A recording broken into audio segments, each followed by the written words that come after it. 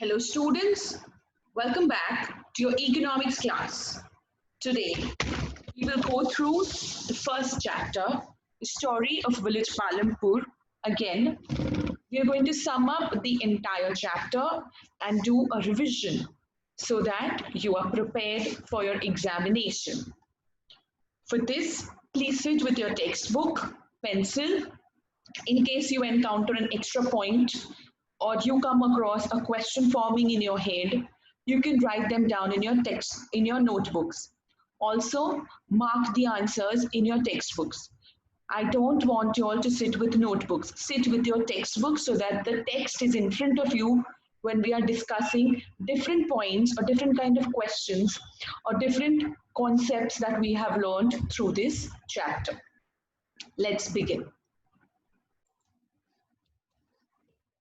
Okay, Palampur. Now, this chapter is basically a story of an imaginative town called Palampur. This town is well connected with roads to other towns and other villages. So we know that there is a 3 kilometers difference between Raiganj and Palampur, and there is a road, an all-weather road that connects Raiganj to Palampur. And when you keep going further on this road, you will reach the town Shahpur. Also on this road, you can see different types of transport. You can see pullak carts, tongas, bogies, and also you see vehicles like motorcycles, jeep, tractors, and trucks. All right. Then we know that there are two primary schools and there is one high school. Also, there is a private dispensary in which the sick are treated, and also there is one government hospital. Besides this, we are already knowing that electricity has come to Palampur very, very early, and the people of Palampur are living a good life because of the electricity. Electricity has played a very important role in the life of people of Palampur. Next is there are 450 families that live, and out of them 80 are upper caste families, and they own most of the land in the village. Also, you all know the difference between the houses. The houses of some of them are quite large and they are made of bricks and cement plastering, while the houses of 1/3 of the population, that is 150 families, are Dalits or they are scheduled castes. And what they are all living in one corner of the village and in smaller houses which are either made of mud or straw. So this is this is the outline of the village that has been given to us. Now, what was the problem? Now, the number one problem in this village is the fixity of land. And why is it? Why is fixity of land a problem? Well, agriculture is the most important activity in the village. All right. So, 75% of the population of the village do agriculture to earn their living. So, it means that if we increase the agricultural production, obviously it will mean a rise in the income level of the people. And if I want to increase the production, then the easiest way would be by bringing more land under cultivation. But fortunately or unfortunately, however you look at it, all the land, all the available land that can be cultivated, even the wastelands that can be cultivated, have already been brought under cultivation. That means that all land in Palampur is under agriculture. There is something on the other being grown out there. So the scope of increasing agricultural output by increasing land is nil. And hence, fixity of land is a major constraint in raising agricultural output. Okay, next, in this chapter, we have also learned the concept of production. What do you mean by production? Production is basically an activity that generates income. Since farming generates income, so it is a productive activity. But if I'm going to sit and draw at home for my own pleasure, although I am productive, but it is not productivity, it is not a production. The concept of production is basically production must be an activity that generates income.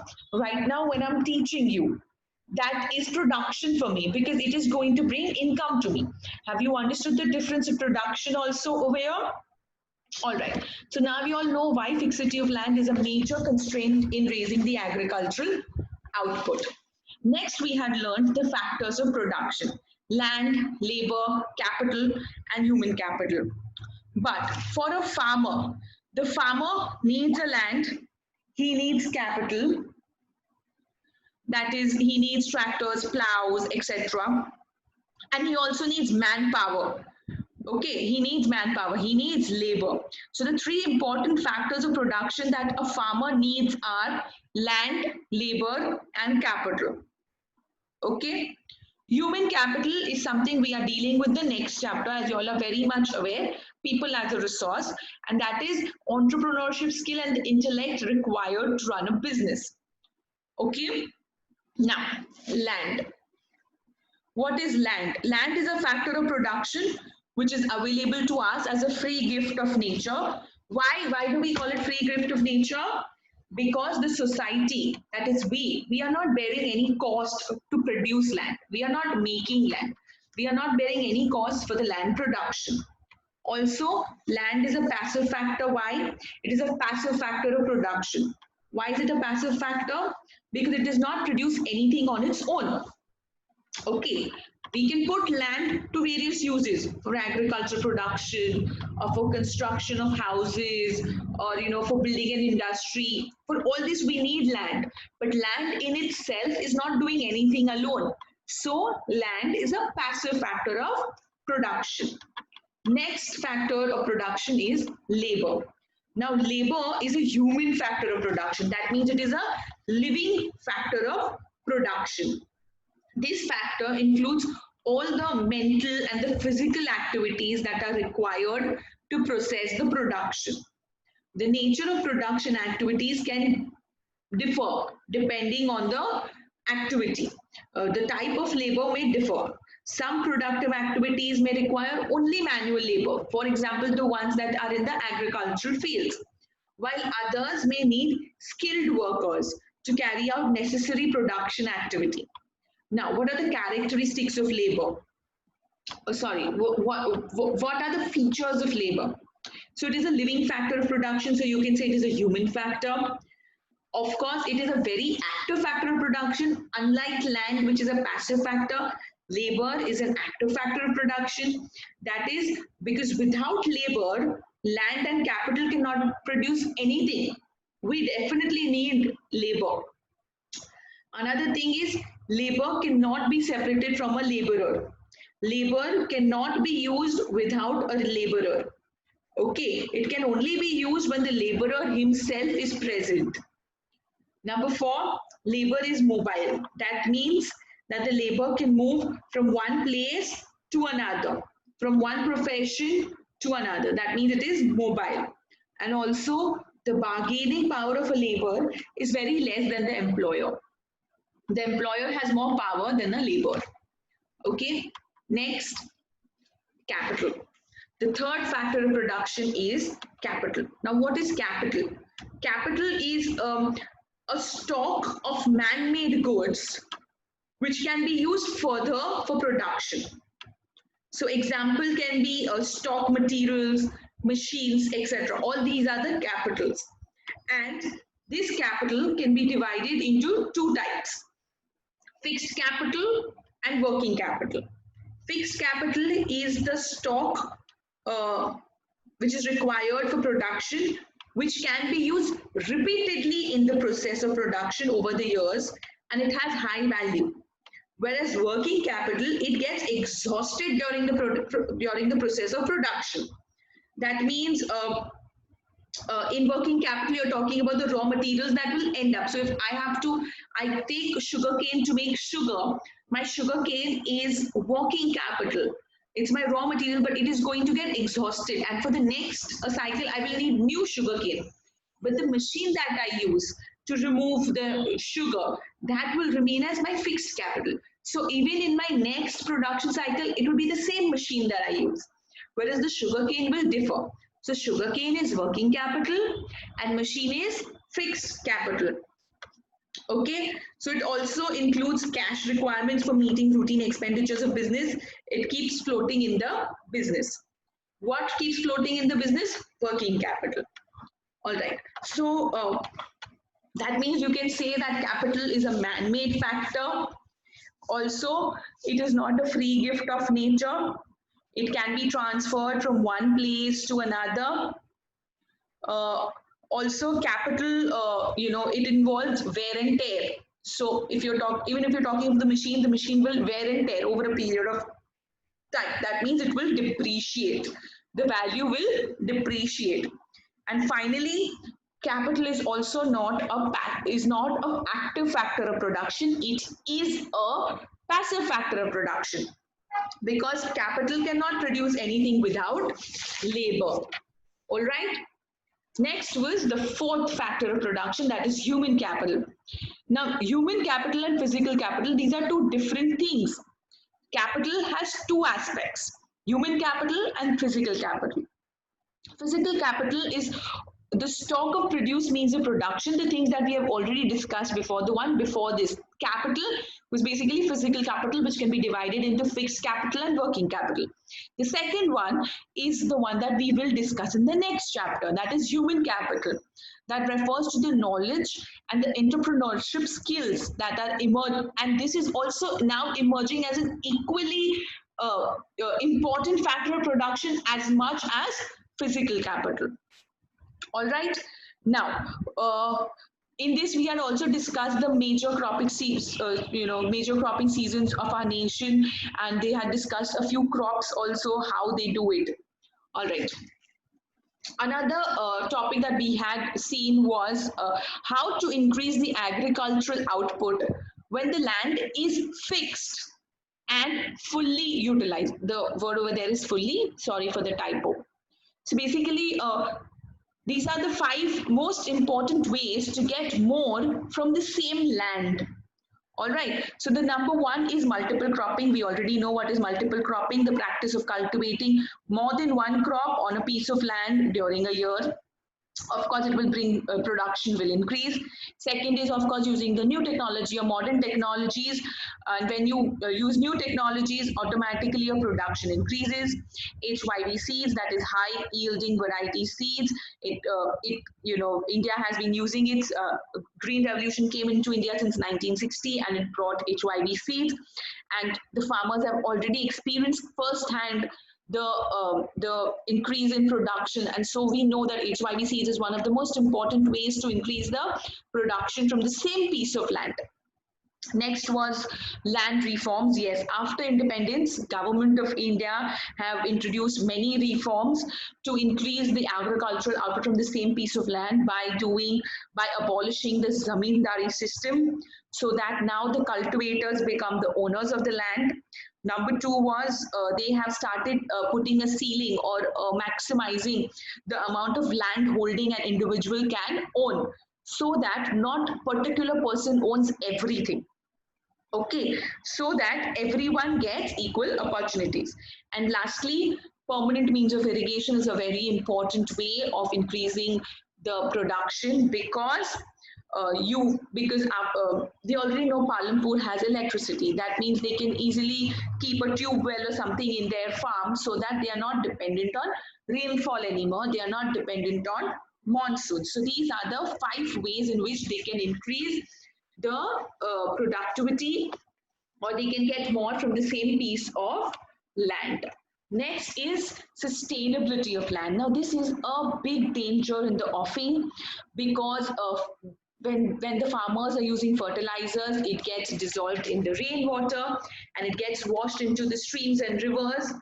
And once it's in the waterways, these fertilizers, they encourage the growth of bacteria and algae and water plants, and because they are encouraging this growth, okay, this growth of this bacteria, algae, water plants, it depletes the oxygen levels in the water, and finally, because there is no oxygen, more these bacteria, algae, plants, they die and they decay in the waterways, and they make the sewers stinky, and it becomes dirty.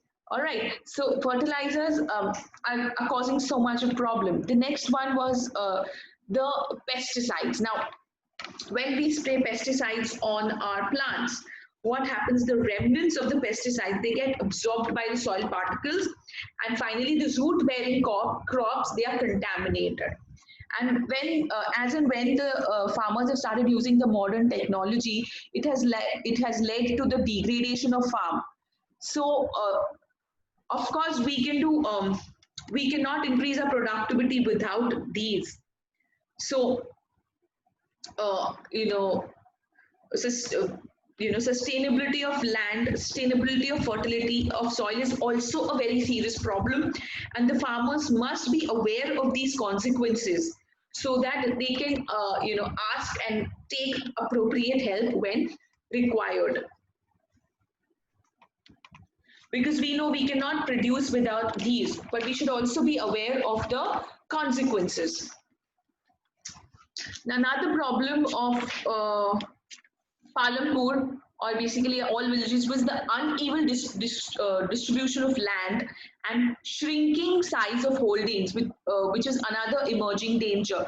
Basically, over time, we have seen a rise in population, and because there has been a rise in population, the pressure on the land has increased, and as a result, division of land is taking place, and land is being broken into fragmentations, small fragmentations.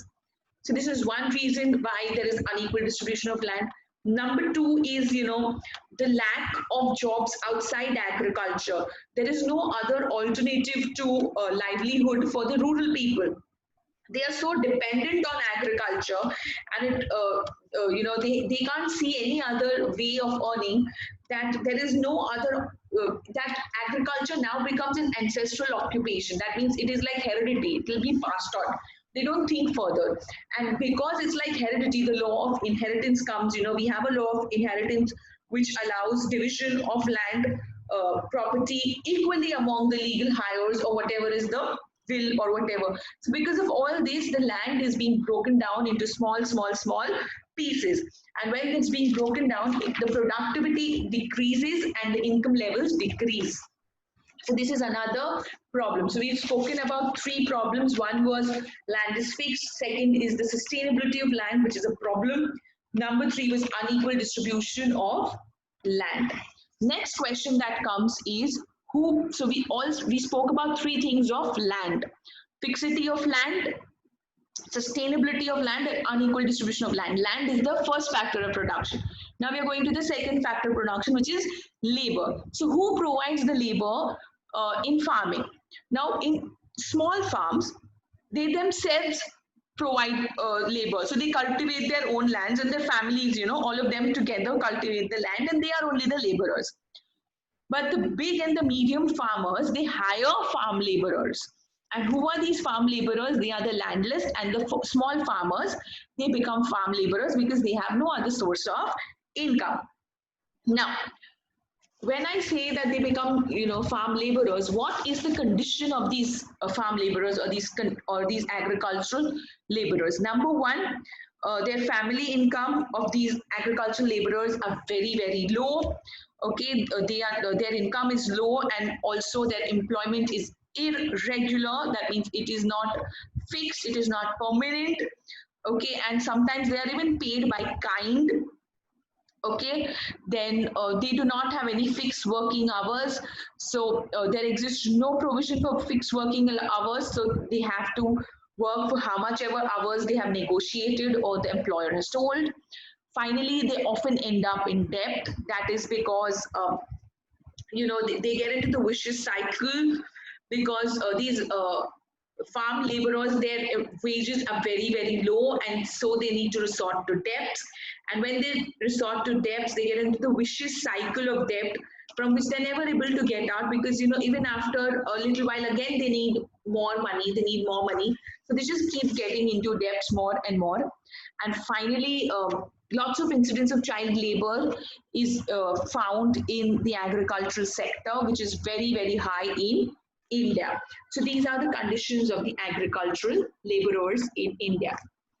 Finally, we come to the third factor of production, which is capital. So how is capital arranged of needed in agriculture? Now, in this number one, you must realize that green revolution, that is, it brought with it the use of modern methods of farming, and finally, the farmers, they realized a need for more capital, for more funds in farming. So there were only two sources of capital for them. One was savings or surplus, and the second one is borrowing. Okay, and most of them end up borrowing. Okay, so because most of these landholders, they are small farmers and they are hand to mouth, and they can't always generate uh, you know extra production for them to save. What do these farmers do with the surplus farm products? Now, small farmers, they have very little surplus, and this does not fetch them sufficient income, because out of the how much ever they have produced, they will leave a little part for themselves for self consumption, and then they sell the rest. That rest is very little, and it doesn't really bring back a sufficient income for them. But if you look at the medium and the big farmers, they are earning very well from their surplus, and they can arrange for all their capital requirements with the sale of this surplus. In fact, they are even exporting it. Okay, so it gets them very good returns, and they are able to use that money in the HYV seeds, or to buy a tractor or another plow or a thresher, whatever they require. But the small farmers, they are facing lots of problem. Okay, so how do these small farmers meet their capital requirement? They, of course, they will borrow the money. Okay, how do big farmers use the surplus product? By investing in their farms, obviously. Finally, we had also learned about the non-farm activities. So we also pointed out, we also discussed another ways of earning income besides the land, besides agriculture, and this was non-farming activities. So in non-farming activity, there is animal husbandry, there is dairy, there is small-scale production, there is shopkeeping, and there is transportation. And I have discussed all this before, so I'm not going to explain to you all these. Okay, so in most of the villages, these non-farming activities, they account for a very small percentage of the overall production. Okay, but for greater development of villages, this has to upsurge, this has to increase. Okay, so with this, we have ended this chapter. This was my recap on the entire first chapter. I have touched most of the points here, and I will now just show you all the mind map of this chapter. And I think you all should draw that mind map in your notebooks, so that you all can learn very, very well.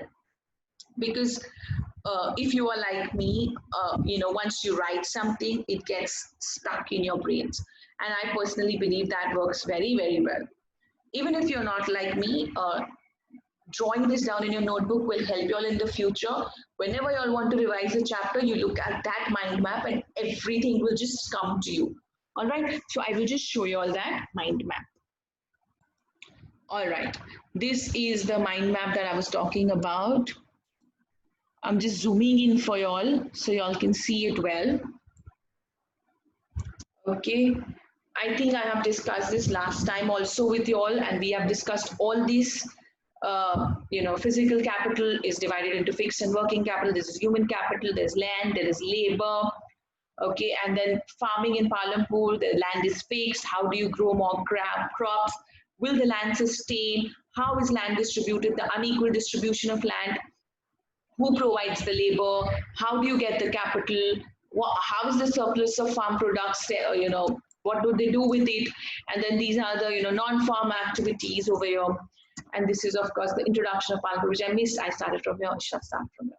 All right, so this is a fantastic. I personally love this mind map. It really tells you everything about that chapter on the go. Especially for the last minute quick revisions. This is fantastic. So please draw this in your notebooks and keep it with you all for future reference.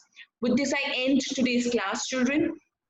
I expect you all to take a screenshot of it or whatever you require. I'm going to stop it over here. I'm not going to read anywhere further. I have already zoomed into different areas of this mind map. So I think you should be able to do it now. If I'm not mistaken, I had I done my last revision with this mind map. So it is there in that video also. So with this, and doing this in the notebook, is only for your revision purposes. Okay. So with this, I end today's class. Children, stay home, stay safe, take care, keep learning. Thank you.